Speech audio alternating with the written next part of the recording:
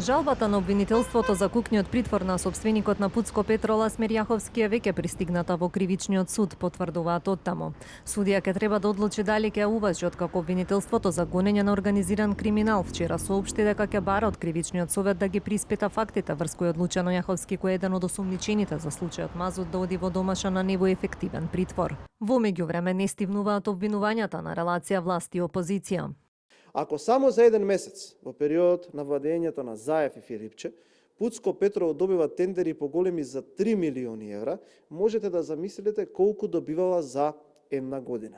И кога на сето ова, ќе го додадете податокот дека вредноста на компанијата се зголемува 40% повеќе во 2021 од 2020 година, логичен е заклучокот дека компанијата од пласница добивала работа од најголем дел државни органи со кои што раководеле кадри на ДУИ, а одлично идела и соработката и со институции кои биле под водство на СДС.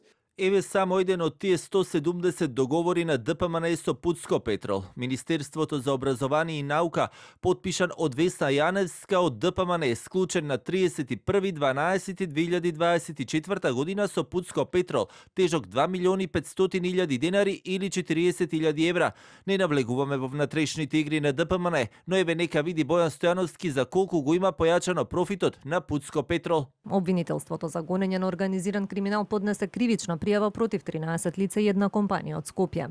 Меѓу осомничените, освен сопственикот на Пуцко Петрол, кој се товари за перење на пари, се и сопствениците на фирмата РКМ Радко Капушевски и Ерџан Сулковски, кои пак се товарат за поднесување на лажни документи и неиспорачување на договорените обврски со што му нанеле штета на државниот буџет од 167,5 милиони евра.